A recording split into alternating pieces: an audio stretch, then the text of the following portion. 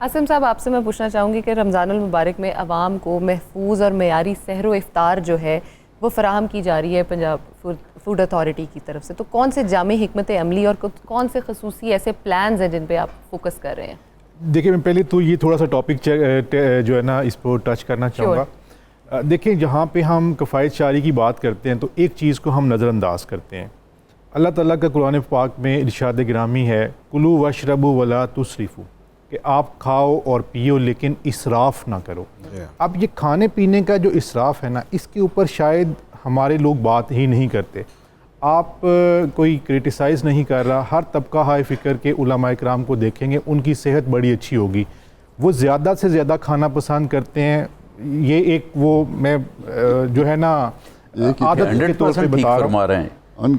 और अर्ज़ ये है कि वला तुसरिफू के ऊपर अमल करना इतना ज़रूरी है कि उससे आपकी सेहत के अंदर तवाज़ुन रहेगा, आपकी सेहत जो है वो अच्छी रहेगी। आपको ये पता होना चाहिए कि सरकार सल्लल्लाहु अलैहि वसल्लम की हदीस मुबारक है कि आप एक हिस्सा जो है वो पेट का खाली छोड़ दो। अब वो पेट का खाली हिस्सा छोड़ना जो है वो आपकी सेहत के लिए बहुत ही मौजू और बहुत ही अच्छा है। और जो आपने वो खाली हिस्सा छोड़ना है, उसमें से आप क्या कर सकते हैं कि वो किसी गरीबों के लिए एक हिस्सा उसके अंदर से रख सकते हैं। जो अभी थोड़ी देर पहले बात हो रही थी कि 20 पीस खाने से बेहतर है कि आप सादा अफ्तारी कर लें और उस अफ्तारी को ज़्यादा लोगों के अंदर और डिज़र्विंग लोगों के अंदर तकसीम कर दें।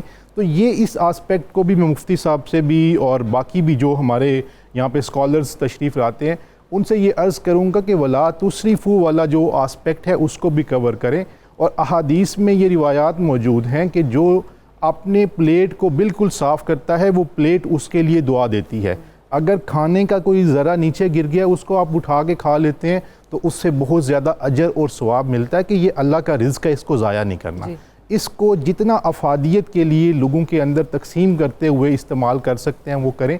तो इसके ऊपर तो बहुत ज़्यादा बात हो सकती है। और रमज़ान का एक आस्पेक्ट ये भी है कि जब आप रोज़ा रखते हैं तो आपको एहसास होता है कि भूख की क्या अहमियत है, और आप फिर भूखे लोगों के लिए जो है वो सदक़ात से, ज़कात से और वैसे ही जो अपने अम्वाल से उनके लिए हिस्सा निकालते हैं ताकि वो लोग भी जो है वो, और ईद भी ऐसे ही है, ईद से पहले फ़ितराना देना वाजिब है कि जब आप फ़ितराना देंगे तो उस बंदे को देंगे कि डिज़र्विंग है, उसको भी ईद की खुशियाँ मिल सकें। तो जहाँ तक ये टॉपिक है, ये तो थोड़ा सा मैंने इसको टच किया, इसके ऊपर बहुत ज़्यादा बात भी हो सकती है, लेकिन जो पंजाब फूड अथॉरिटी का मतलब एक मेन डोमेन है वो ये है कि फ़ूड सेफ्टी को इंश्योर करना और फूड की क्वालिटी को बेहतर बनाना। तो रमज़ान से पहले तकरीबन 2 वीक्स पहले सीएम साहबा की हिदायत के मुताबिक हमारी पंजाब फूड अथॉरिटी की तैयारियां जो है रमज़ान के हवाले से शुरू हो चुकी थी। हम लोग, आपको पता है बहुत से बिजनेसेस जो होते हैं, फूड बिजनेसेस, वो रमज़ान स्पेसिफिक होते हैं। जैसे केचप्स हैं, जैसे दही बड़ियाँ हैं, जैसे समोसा पट्टी रोल है, जैसे ये कचूरियाँ पकोड़े, ये इस तरह के लोग हैं। बेसन स्पेसिफिक बहुत सी चीज़ें होती हैं। अब बेसन में अडल्ट्रेशन के इश्यूज़, इसी तरह से दूध की कंजम्पशन बहुत ज़्यादा हो जाती है, उसके अंदर अडल्ट्रेशन के इश्यूज़।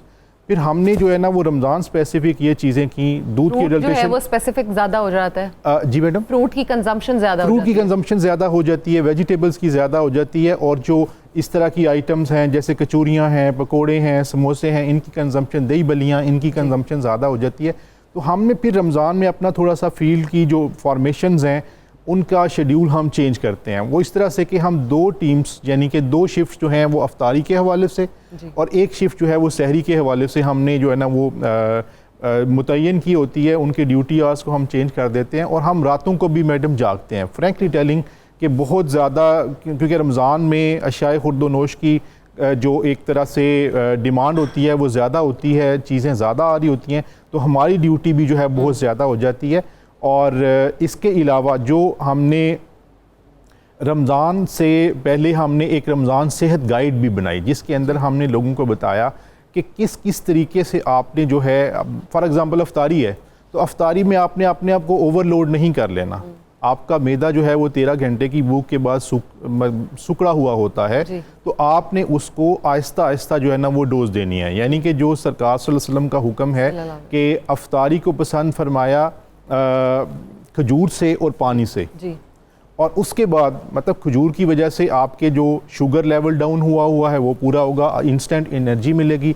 पानी की वजह से जो आपके मैदे के अंदर एक सुकाड़ या सुकड़पन का पैदा हुआ है वो जो है वो एड्रेस होगा। उसके बाद आपने अफ्तारी के बाद नमाज पढ़ें और मुस्तहब और सुन्नत भी यही है कि उसके बाद खाना खाएं, उससे पोर्शंस भी बन जाएंगे और आप जो एकदम से ओवरलोड हो जाते हैं। इसमें आप, मुझे उम्मीद है कि आपके इन पे लोग अमल भी कर रहे होंगे और कोशिश तो जारी है हमारी, हम भी कोशिश करते हैं, आप भी कोशिश करें